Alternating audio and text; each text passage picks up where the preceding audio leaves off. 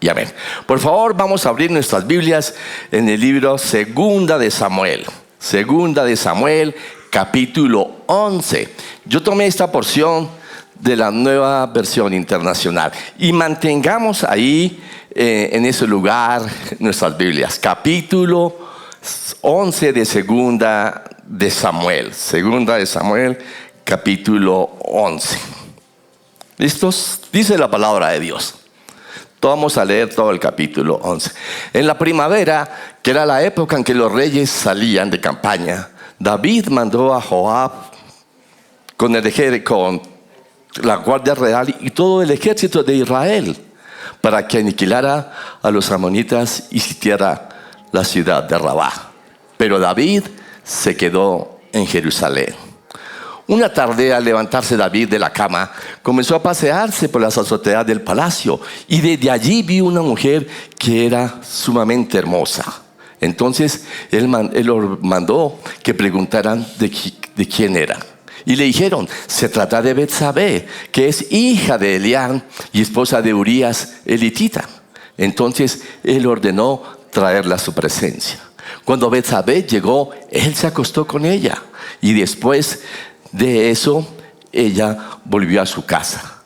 Hacía poco que Betsabé se había purificado de su menstruación, así que quedó embarazada y se lo hizo saber a David. Entonces David envió un mensaje a Joab y le dijo: mándeme aquí a Urías el hitita. Y Joab así lo hizo. Cuando Urías llegó, David le preguntó que cómo estaba Joab y los soldados y cómo iba la campaña. Luego le dijo: ve a tu casa y acuéstate con tu mujer. Antes de que Joab saliera del palacio, recibió un regalo de parte del rey. Pero Joab no fue a su propia casa, sino que se quedó acostado a las entradas de la guardia real, donde dormía la guardia real, ¿cierto? David se enteró de que Joab no había ido a su casa y le preguntó: oye, hiciste un viaje muy largo, ¿por qué no fuiste a tu casa? En este momento contestó Joab. Bien. En este momento contestó ¿quién? Urías. ¿Sí? ¿Qué dijo? El arca y el pueblo de Israel y de Judá acampan en simples enramadas, ¿sí? Y mi señor Joab acampa al aire libre. Y voy yo a entrar a mi casa para darme un banquete y acostarme con mi esposa. Tan cierto como que tú vives, ¿sí? Yo no podría hacer tal cosa. Bueno, entonces quédate hoy aquí y mañana te enviaré de regreso, replicó David. Eso dijo David: quédate aquí. Pero entonces Urías se quedó en Jerusalén. Al día siguiente, David lo invitó a un banquete y logró emborracharlo. Pero a pesar de esto, ¿qué hizo? Volvió a quedarse a dormir donde dormía la guardia real. Pero a la mañana siguiente, David hizo una carta y se la envió a Joab por medio de David. La carta decía: pongan a Joab, a Urías en la parte más fuerte del combate y déjelo solo para que lo hieran y lo maten. Cuando Joab ya había sitiado la ciudad, puso a Urías donde sabía que estaban los defensores más aguerridos. Así que entre los que murieron también murió Urías el hitita. Entonces, ¿qué hizo Joab? Joab envió un informe detallado a David de qué había pasado en el combate, en la batalla, ¿cierto? Y le dio esta recomendación al mensajero: si el rey se enoja después de que tú hayas terminado de darle los pormenores de lo que sucedió en el combate, posiblemente le pregunta: ¿por qué se acercaron tanto a la ciudad? ¿Acaso no sabía que le dispararían desde las murallas? ¿Sí? ¿Por qué se acercaron tanto a la ciudad? Si el rey le hace estas preguntas, dile, y también ha muerto Urías, el hitito, siervo de su majestad. ¿Cierto? El mensajero partió y le dijo a David todo lo que Joab le había dicho. Los soldados enemigos nos estaban venciendo, dijo el mensajero. Pero cuando salieron a atacarnos a campo abierto, logramos rechazarlos hasta la entrada de la ciudad. Así que los soldados nos atacaron y murieron varios de los nuestros. También ha muerto Urías el hitita, siervo de su majestad. Entonces David le dijo al mensajero, dile a Joab que no se aflige por lo que ha pasado, pues la espada discrimina. La espada devora sin discriminar, ¿cierto? Entonces así siguió la cosa, la espada, y dile también que reanude el ataque contra la ciudad, ¿sí? Hasta destruirla. Y la Reina Valera dice, y anímelo. Cuando Betsabé se enteró de que su esposo había muerto, hizo duelo por él. Y después del luto, David ordenó llevarla y la tomó por esposa. Pero lo que David había hecho desagradó a Dios. A Dios. Mira, qué lindo es ver la fidelidad que hay en la palabra de Dios cuando nos declara las fallas y las faltas de aquellas personas que tanto admiramos. Una de las personas que yo admiro en la Biblia fue David. Pero gracias a Dios que las Biblias nos declaran las faltas. ¿Para qué? Para que aprendamos de ellas. Primera de Corintios 12:10 dice, así pues, el que esté firme, mire que no caiga. Es una gran advertencia que nos da la palabra de Dios. Ustedes se imaginan cómo fue la despedida de estos dos esposos. Ella veía a su amado que se iba a la guerra, a la batalla. Muchas veces Betsabé había despedido a Urías para ir a la guerra, pero esta vez su corazón tenía una presunción dolorosa. Algo sabía que iba a pasar. Ella tal vez con lágrimas en sus ojos lo abraza, lo besa y le dice, amado mío, voy a estar orando por ti siempre. ¿Cierto? Ella era sumamente hermosa y él era uno de los valientes más poderosos y fieles a David. Ellos se amaban entrañablemente. Ella comía de su plato, bebía de su vaso y dormía en su regazo. Betsabé era para Urías como una hija. La adoraba como una hija, pero muy cerca a la casa donde vivía Urías y Betsabé estaba el palacio real. Estaba el palacio real. Y allí David, mira, en los versos 1 al 5 nos muestra la caída de un gran líder y cómo pequeñeces, cositas tan pequeñas hacen que su pecado sea grande. Nos dice el versículo 1 al 5 que era tiempo de la primavera donde los reyes salían de campaña, pero David se quedó en Jerusalén. ¿Sí? El peligro, ¿qué nos muestra esta escritura? El peligro de no estar cumpliendo con el deber. Cuando uno no está en el camino del deber, cuente que estás en el camino de la tentación. Ahí dice la palabra eso. Se levantó tarde. El ocio, otro pecado que tenía él, el ocio. Bien dice un proverbio castellano que dice que el ocio es la madre de todos los vicios. ¿Sí? Una mente desocupada, Una mente ociosa es el taller del diablo. Es donde Satanás más nos va a atacar. Por eso nosotros, nuestro emblema, nuestro versículo es renovando el entendimiento. Todos tenemos una lucha, una batalla, y la tenemos en la mente. Es la batalla más grande que podemos. Cicerón dijo en una ocasión que las aguas estancadas fácilmente se corrompen. La mente quieta se va a corromper. David se levantó tarde. El ocio. Hermanos, la cama de la pereza con frecuencia es la cama de la impureza. Allí es donde Satanás te aprovecha y tú vas a maquinar todas las cosas malas que pueden pasar. ¿Cierto?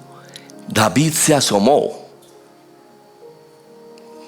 y se puso a caminar, se levantó y ¿qué hizo? Se puso a caminar por la azotea del palacio. Hermano, pueda que tú no tengas una azotea en tu casa para que veas a una mujer desnuda allá en bola, ¿sí me entiende? Ni que se está bañando. Pero ¿qué azotea? ¿Qué azoteas estás caminando? ¿Qué estás viendo en la red?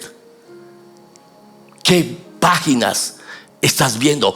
Pueda que tú no veas en tu azotea de tu casa una mujer desnuda, pero tú puedes meterte a otra azotea donde puede ver muchas mujeres desnudas. ¿Qué azotea estás caminando? ¿Por qué azotea te paseas? ¿Qué revistas ves? ¿Qué programas de televisión ves? ¿Qué lees? ¿Cuál es la azotea que tú estás caminando hoy? Veamos los pasos, las etapas de cómo David cae en pecado sexual. ¿Cierto? Cómo David comete adulterio. ¿Qué hizo él? ¿Cuál fue el primer pecado que él cometió? Viendo las etapas, se asomó y vio con los ojos a una mujer que era sumamente hermosa. ¿Cierto? Hermanos, una de las claves para la pureza moral es: cuide tus ojos. Mira lo que estás viendo, cuídalos. No es una mirada, es contemplar más de la cuenta. ¿Qué estás viendo? Este hombre, otro pecado que comete él es que la lujuria ya se había metido en su corazón. Ya Satanás lo había atacado y manda a preguntar por ella. Y le dicen, le informan, ¿sabe qué? Ella se llama Betsabé y es hija de Elián, uno de sus mejores consejeros, y esposa de Urías elitita, uno de sus más fieles oficiales. Y sin embargo, él ordena traerla a su presencia. ¿Y qué hace? Se acuesta con ella, no importándole de quién se trataba. Ya Satanás se había metido en su corazón, en la lujuria y todo, y él se acuesta con ella. Y después de eso, ella regresa a su casa. Y dice la palabra de Dios: hacía poco tiempo que Betsabé se había purificado de su menstruación, así que quedó embarazada y se lo hizo saber al rey. ¿Por qué Betsabé tenía que haberle comunicado al rey que estaba embarazada? Es una advertencia que Betsabé le hace. Le dice: rey, te informo, estoy embarazada. Tienes que protegerme. Tienes que proteger tu reputación. Tienes que proteger tu honor. Pero sobre todo, protege mi vida. ¿Por qué? Porque ellos conocían, claro, lo que dice Levíticos 20:10. El que cometa adulterio con la mujer ajena, tanto el adúltero como la adúltera serán muertos. Ella sabía que si David no hacía nada por ella, ella tenía que morir apedreada. Por eso le dijo: hermano, póngate las pilas, ¿sí? Primero salva tu reputación, salva tu honor tú como rey, y salva nuestras vidas. Porque si nos llegan a pescar que hicimos adulterio, tenemos que morir apedreados. nunca en ningún episodio del Antiguo Testamento hay una enseñanza tan trágica y tan llena de enseñanzas a raíz de este problema y las consecuencias tan grandes que traen. El adulterio, hermanos. El adulterio. Una cosa que cuando uno analiza la situación, dice: Dios mío, ¿qué pasó? Mientras que Dios le estaba dando a David la victoria contra el pueblo enemigo de Israel, contra los amonitas, Satanás lo estaba derrotando en su propia concupiscencia. Satanás ya lo había derrotado. Ya lo había derrotado. ¿Recuerdan ustedes lo que dice en Santiago 1, 12 al 15? Dice: bienaventurado el varón que resiste a la que soporta la tentación y que resiste la prueba, porque cuando le haya resistido recibirá la corona de vida que Dios ha prometido a los que le aman. Cuando alguien es tentado, no diga que ha sido tentado por parte de Dios, porque Dios no puede ser tentado por el mal, ni Dios no tienta a nadie, sino que cada uno por su propia concupiscencia es atraído y seducido.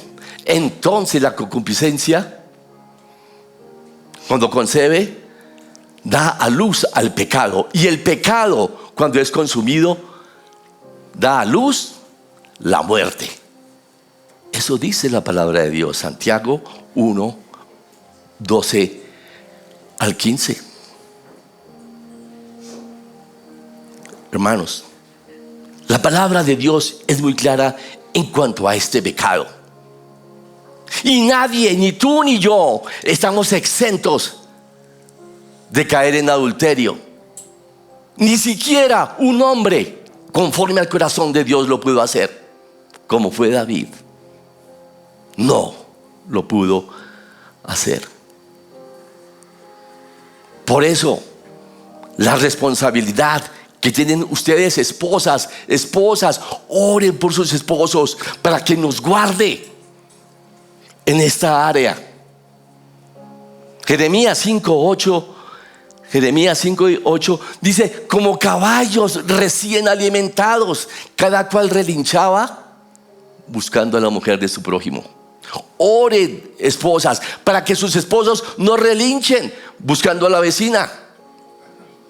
Oren para que sus esposos no sean como caballos recién alimentados relinchando alrededor de la secretaria. Oren para que sus esposas no relinchen delante de cualquier falta que pase por el lado. Es una gran advertencia. Así fue que David empezó a hacer las cosas. Todo pecado que tú cometas en la tierra es público en el cielo. Tú no puedes esconder tu pecado de la presencia de Dios. Todo lo que tú ocultas aquí, allá es público en el cielo. Dios todo lo sabe, Dios todo lo conoce, Dios sabe todo.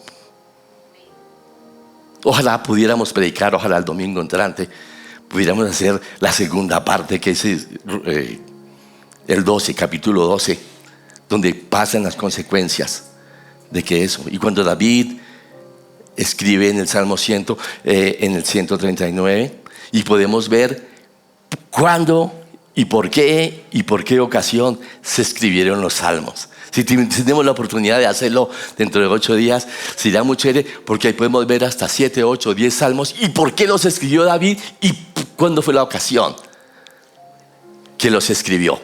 Sería chévere ver eso. Nada, todo, no hay nada oculto sobre la tierra ante los ojos de Dios. Todo está descubierto para Él. Mire, este capítulo nos muestra lo peligroso que es encubrir el pecado. El pecado es como una bola de nieve. Pecado, por pequeño que sea, que tú no te arrepientas y lo lleves a la cruz de Cristo, ese pecado te lleva a otro pecado mayor, y ese a otro mayor, y a ese a otro mayor. David, de un simple mirada que no debía hacerla, de una mirada pasó a ser asesino. Ese pecado que no confesó lo llevó a otro, y ese a otro, y ese a otro. Por eso David dijo en el Salmo, eso está en el Salmo 19, versículos 12 al 14, dijo: ¿quién está consciente de sus propios errores? Perdóname de los que no estoy consciente. Libra a tu siervo a pecar a sabiendas. No permita que tales pecados me dominen, porque entonces estaré libre de culpa y de multiplicar mis pecados. Se multiplican. Sean pues aceptables ante ti mis palabras y los pensamientos de mi boca, Dios mío y Redentor mío. Hermanos, nadie cae en pecado sexual por casualidad. Nadie cae en adulterio y en fornicación por casualidad. Son pequeñeces que tú y yo no hemos crucificado a los pies de Cristo. Nadie se vuelve obeso por comerse una hallaca. Nadie se vuelve obeso por comerse un tamal. Tiene que comerse muchas hallacas y muchos tamales para volverse obeso. Nadie cae en pecado sexual por casualidad. Es que me tocaba. No. Hermanos, ¿saben ustedes cuál es la única batalla que se gana huyendo? La batalla contra las mujeres. Las batallas contra las mujeres no se ganan orando. Primera de Corintios 6:18. Huid de la fornicación. Huid. No dice ore, dice huid de la fornicación. Todo pecado que el hombre comete, toda persona que cometa adulterio contra su propio cuerpo, peca. Por eso duele tanto a Dios el pecado sexual, porque tú pecas contra tu propio cuerpo. ¿Y qué es tu cuerpo? El templo del Espíritu Santo. Por eso le duele tanto a Dios el pecado sexual. Duele mucho. ¿Qué responsabilidad tan grande tienes tú de cuidar tu cuerpo, el templo donde habita el Espíritu Santo? Y vemos el peligro tan tremendo de ocultar el pecado.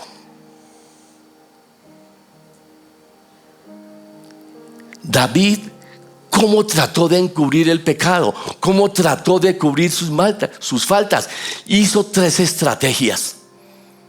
La primera estrategia, David le dice a Joab: envíeme aquí a Urías.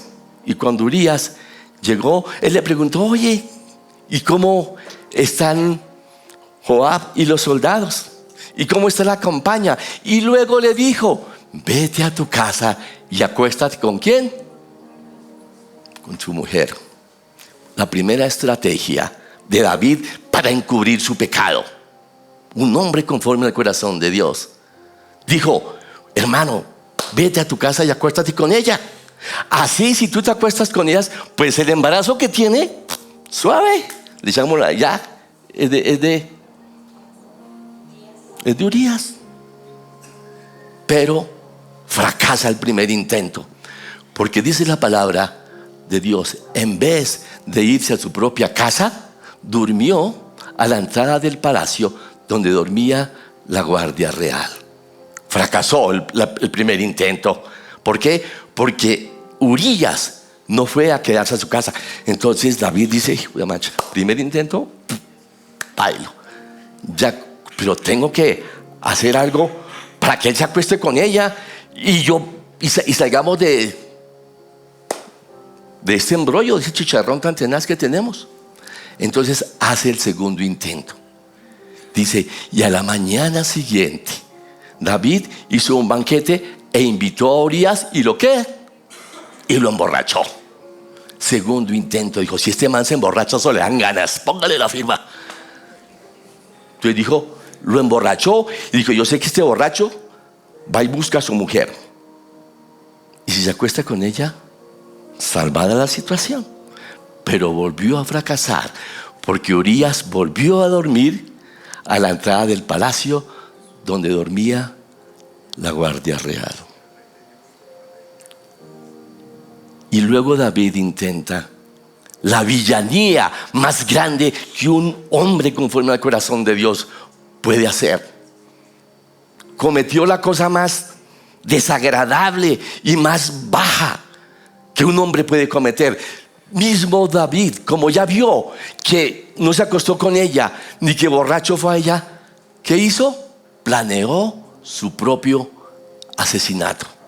Un hombre conforme al corazón de Dios. ¿Y qué hizo? David escribió una carta a Joab y le dijo: ponga a Urías el hitita en la parte más fuerte del combate y déjelo solo. ¿Para que qué? Para que lo asesinen. Él ya tenía, mientras Dios le estaba dando la victoria a su ejército, Satanás lo estaba derrotando en su propia inmoralidad sexual. Y comete la villanía más grande que tú puedas ver en este capítulo. Un hombre inocente, un hombre fiel a su ejército, fue él mismo quien llevó la carta a Joab de la forma en que debía ser asesinado. Él mismo fue el mensajero involuntario de su propio asesinato. Urías llevó la carta. Era tanta la lealtad y la integridad de Urías que David sabía que podía enviar esa carta sin que este hombre la viera.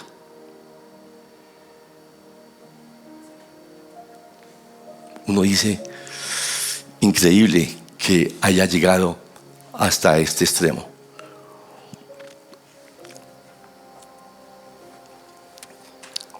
Y luego vemos la frialdad de él para darse contentillo a sí mismo, para quitar esa carga que tenía su conciencia y la carga que tenía la conciencia de Joab, porque ambos fueron cómplices de la muerte de él. Joab sabía que si se acercaban a las murallas los iban a matar, pero eso hizo, ¿para qué?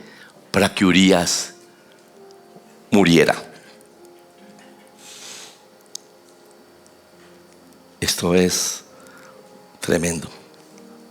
Cuando David, yo estuve leyendo, cuando David cometió este acto de adulterio, tenía más o menos 50 años. Era un hombre que tenía muchas mujeres y que tenía muchas concubinas. Y su hijo, el hombre más sabio sobre la tierra, Salomón, ¿sí? Dice en Primera de Reyes 11:3, dice que Salomón tenía 700 mujeres reinas y 300 concubinas, y sus mujeres desviaron su corazón. ¿Usted se imagina 700 mujeres reinas? Dijo este hombre, es que el más inteligente, ¿usted sabe qué es soportar 700 suegras? No sé cómo es eso ahí. 700, sí, y fuera de eso tenía 300 concubinas. Era algo, dice, no, es que el hombre más sabio, eso lo heredó de su propio padre. David heredó eso de su propio padre. Salomón heredó eso de David. ¿De quién fue hijo Salomón? De David y Betsabé. Eso lo vamos a ver en el próximo capítulo. Es bien precioso el desenlace de esto.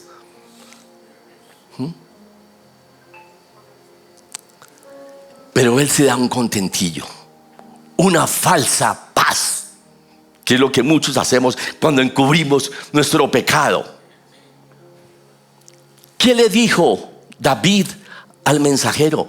Dile a Joab que no se preocupe por lo que ha pasado, pues la espada devora sin discriminar, dándose un falso contentillo, como diciendo: tranquilo, hermano, ya encubrimos esto, digámosle hermano, así es la guerra y no muere.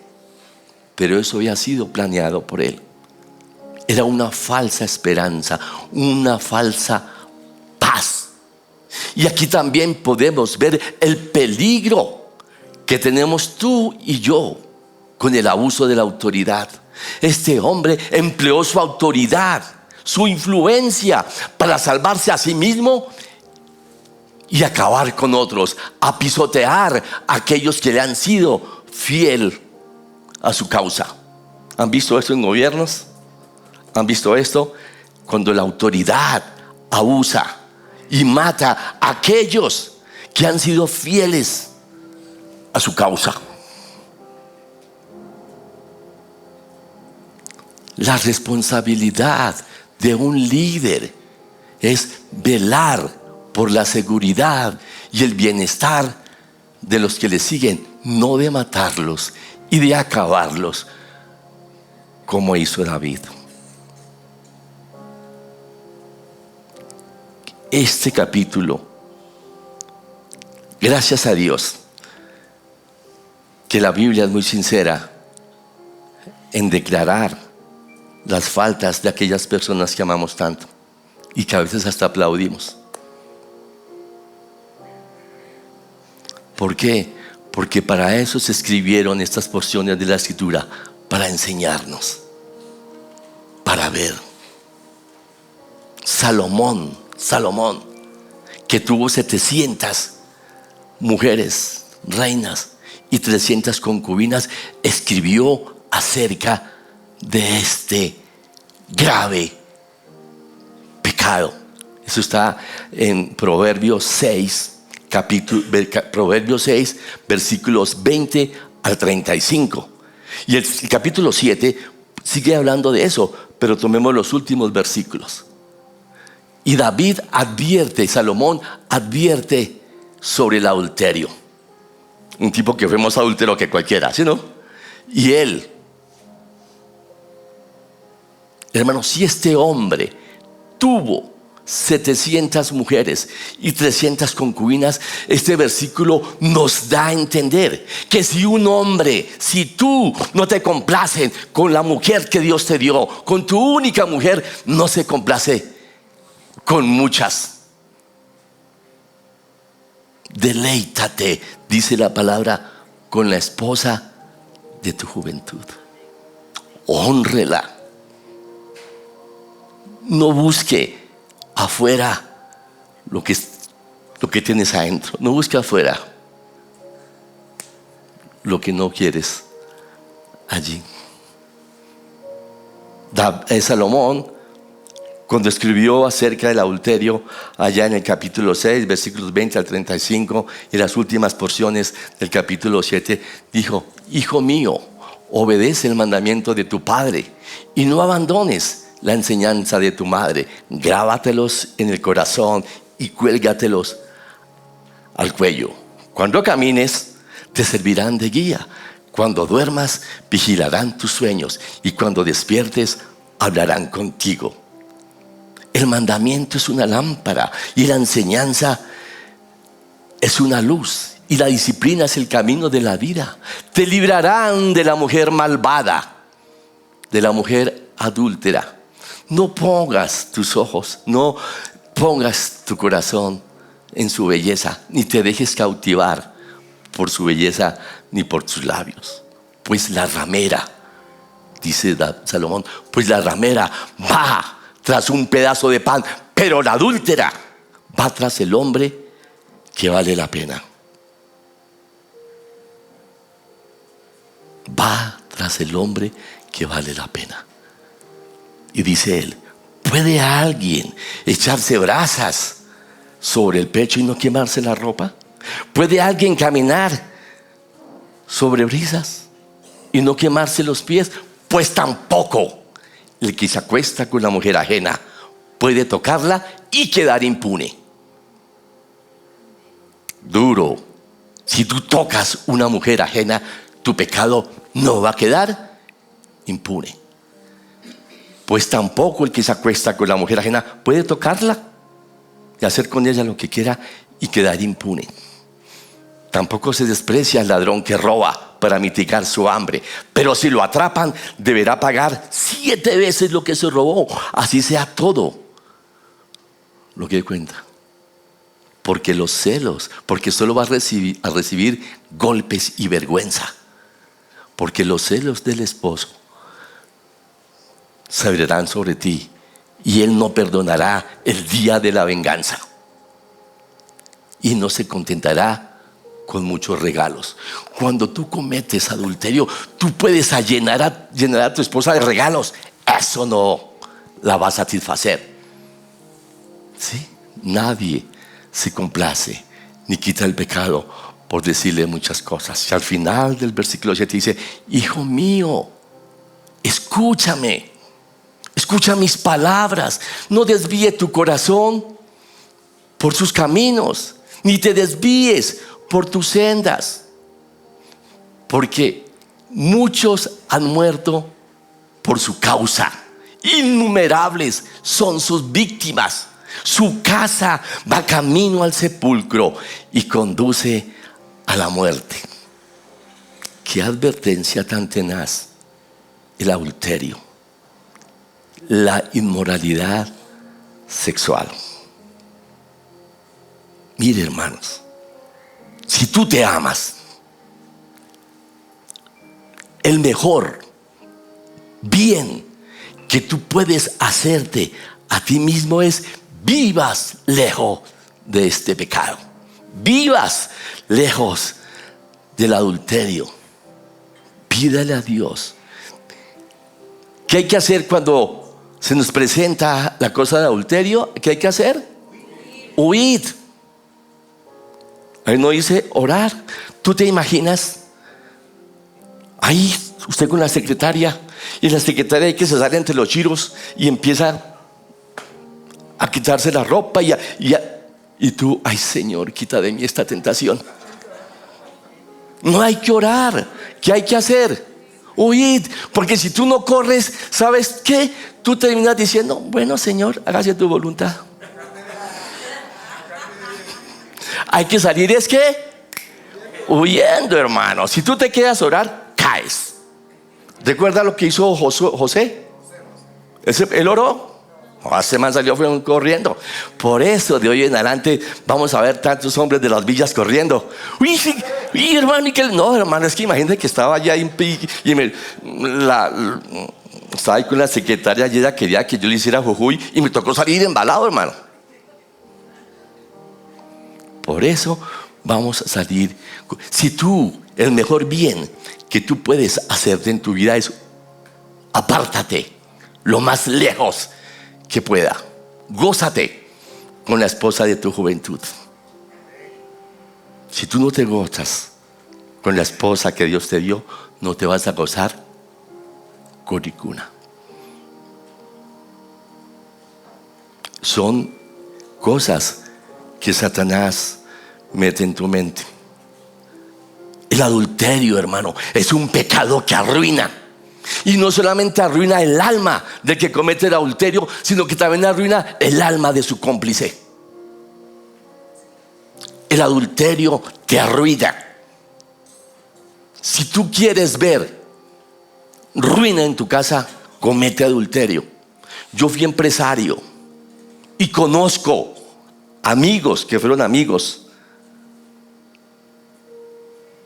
que sus empresas se quebraron, se arruinaron, se desaparecieron. ¿Por qué? Por el adulterio.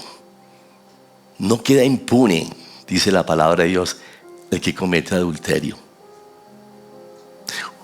Cometer adulterio es como jugar con fuego. ¿Sabían ustedes que el fuego es la única fuerza que existe en el mundo, que lo que destruye no se puede recuperar? Si tú quemas algo, ¿cómo lo recuperas después? Dice, ¿puede alguien echarse brasas sobre el pecho y no quemarse la ropa? ¿Puede alguien caminar sobre brasas y no quemarse los pies? Así es el adulterio. Es un fuego que mata. Es como jugar con fuego.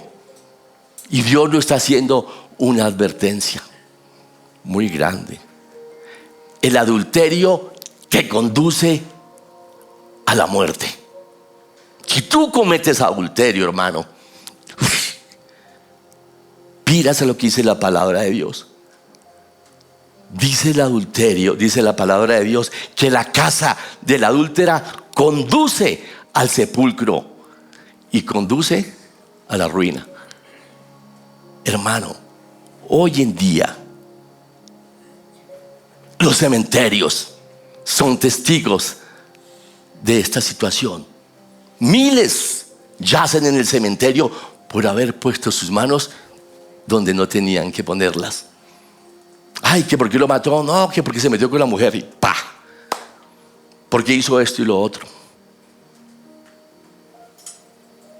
Y tú ves en cantantes, en gente grande que los mataron, que los bajaron. ¿Por qué? Por poner los ojos donde no tenían que ponerlos. Pilas a este pecado de adulterio.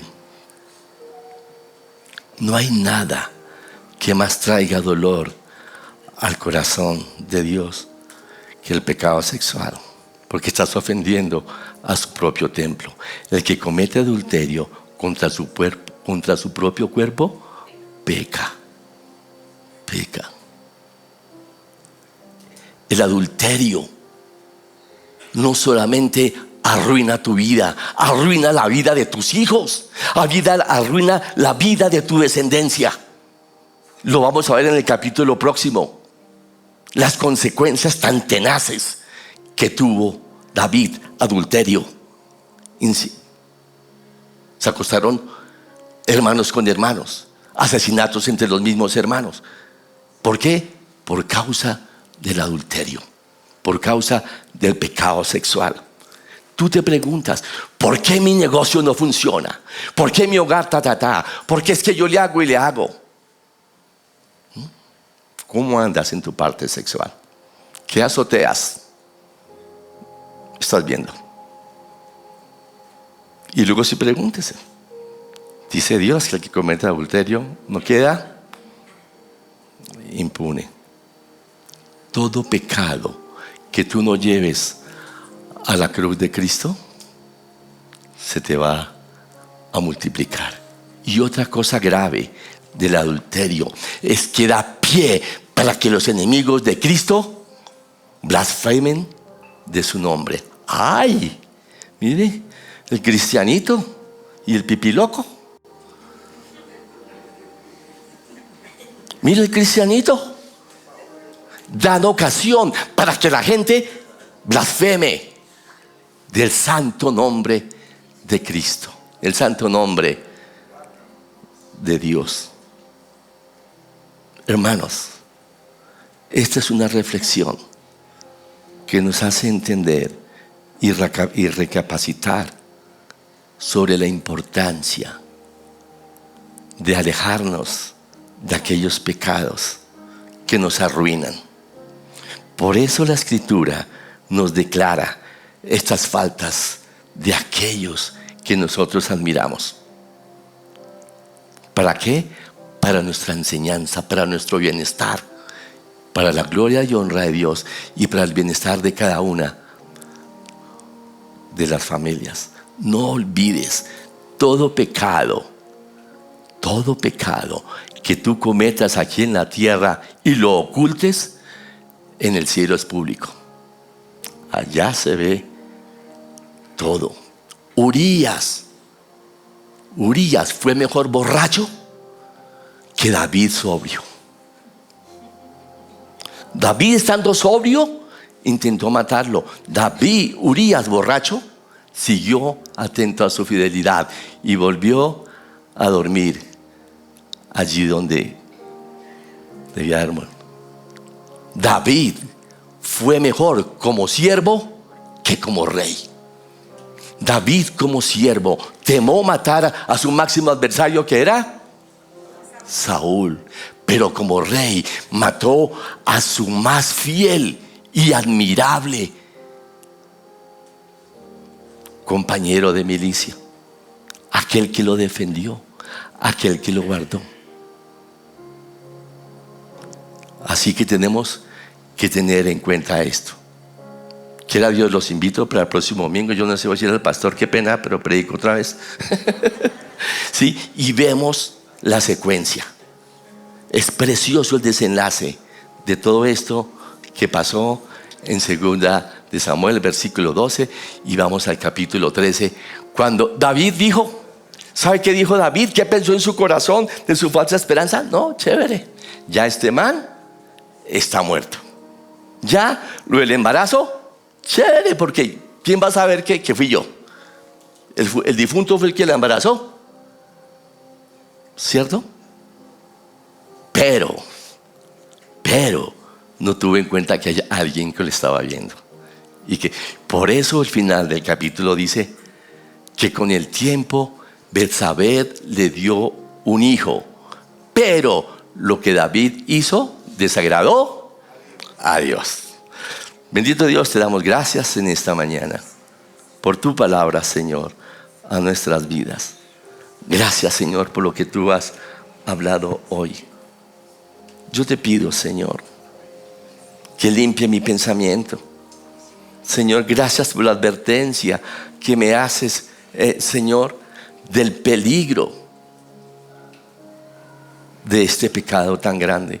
Aparta de mí, Señor, aparta de la iglesia el pecado sexual.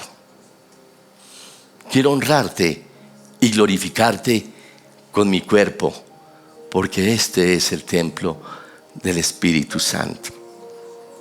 Señor, yo sé que todos los que estamos aquí no somos inmunes al pecado, ni siquiera lo fue un hombre conforme a tu corazón, como fue David. Señor, perdóname, perdona mi pecado, perdona mis pensamientos, porque de una u otra forma, Señor, he sido adúltero o he sido fornicario, Señor. Yo te pido, Señor, como tu palabra lo dice, límpiame, Señor, y seré más blanco que la nieve. Límpiame con hisopo, Señor. Hazme oír gozo y alegría, y se recrearán los huesos que has abatido. No permitas, Señor, que los pecados que yo tengo, Señor,